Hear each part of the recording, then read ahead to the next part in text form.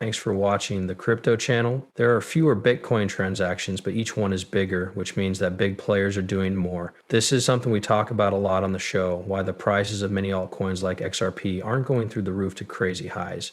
In spite of this, people often forget that most of the demand right now comes from big players like institutions and whales, while retail demand isn't where you'd want it to be. I think the memo coin market is a big reason for that. Since it started and really took off, stores have paid more attention to that.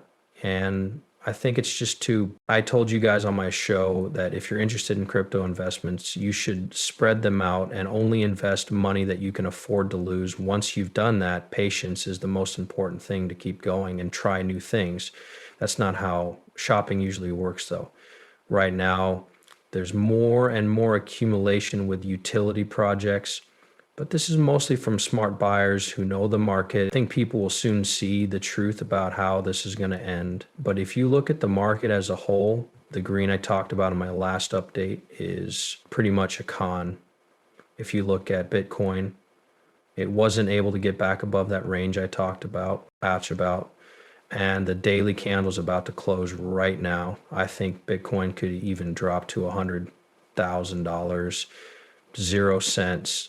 Trust me, I keep things easy. I think BTC is safe as long as it stays above the K barrier level of 106,800. I know a lot of people don't want to hear this. It's been shown over and over that this level is very important. We're obviously below it right now, though, and I think you can see that this is a strong support for BTC right now. If we lose the support, it's possible that we could go below $100,000 a cents. As always, let's be clear about that before we go any further. The station does not give financial advice. Before putting money into crypto, you should always do your own research. The price is now $211.00, which is 2.5% less than it was before. The market's worth $124 billion, 0 cents, $400 million, 0 cents, and about $2.25 billion, 0 cents is moved every 24 hours. But let's look at some of the stuff. Not only could Swift and Ripple live together without any issues, but Swift also uses Ripple's technology for distributed ledger. Also, today, the SEC Crypto Task Force met with the Depository Trust and Clearing Company to talk about tokenization. Yes, that's right, DTCC and tokenization.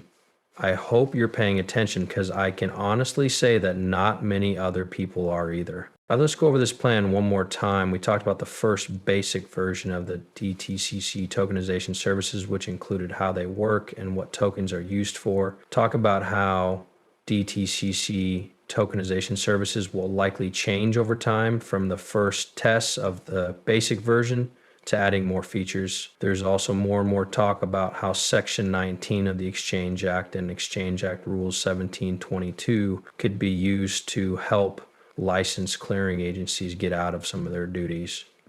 And that's all I have to say about it. Also, I totally agree with Nate Gracie that we need to pay attention to this, and you won't believe how few people are. Today, Coinbase made history by becoming the first cryptocurrency exchange in the US to get a master account license through Luxembourg. This means that the exchange can now do business in all EU countries as well as the US. Bitcoin is making waves around the world, which I find very interesting. Coinbase is making some big moves, which I applaud. But speaking of interest, guys, you can see that Bloomberg analysts have raised their odds for most big crypto spot ETFs to 90% or more. This includes Solana, XRP, Doge, and Litecoin. I also think the time is right. I think what happened at the end of last year will happen again at the end of this year. I think that will happen probably in the second half of the year. You can see this for yourself with XRP, which is currently trading at $95.00. If this happens with Litecoin, it will be a huge step forward for the cryptocurrency world. This is what we want to see in the crypto markets, and I believe the time is right. When we talk about time, take a look at this. The chances that the FOMC will cut rates by September have now risen to over 71%. That's the chances, and some people say that September will be the best time for that rate cut. Remember that I talked to you guys about time. Time is very important. and we talk about this. I also think this would be a big deal in the crypto space. The stock market currently has about 71% of people thinking that rates could be lowered in September of this year, which would be great. As I've said 100 times, the timing would be perfect. For example, look at the Ripple ETF that was passed in 2025. This is what XRP needs. Big flows of cash will make it possible for everyone to get in. Some people will say, well, then it doesn't make sense to look at the neighboring country. Of course, a shout out to all the Canadians out there. With the launch of the 3-ticket Q XRP ETF, Canadians can now easily buy XRP. This is a huge step forward and very important information. It's still true that most people aren't interested in crypto, but the way things stand, I think that because there are so many coins out there, a lot of small buyers will be priced out. This is already true for Bitcoin, and I can say the same thing has happened for XRP. That's why I say that if you want to buy XRP worth $3,000, 0 cents right now, you'll only get 1,421 coins. At the end of last year, that $3,000, 0 cents, could have bought about 6,000 XRP. Do you see the difference? Not many people see it, but I want you to see it. It's not a surprise that dominance is rising and that it's about to break out. You may remember that we talked about how Bitcoin is staying at a key support level. I already said that we could go down to 100,000 if this doesn't hold. Since June 6, XRP has been fighting it out inside the 3822 range and hasn't really left it since. That was just a short time to be down like we were in April when we were down in that range.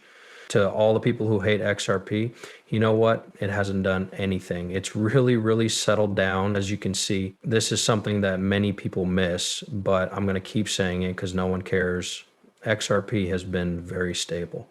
We might be trying to break through the 207 support line again, and if that doesn't happen, I think XRP could go as low as $2.00. This is especially true if Bitcoin can shake it down to 1,000 Bitcoin, which I think could bring us as low as $1.97.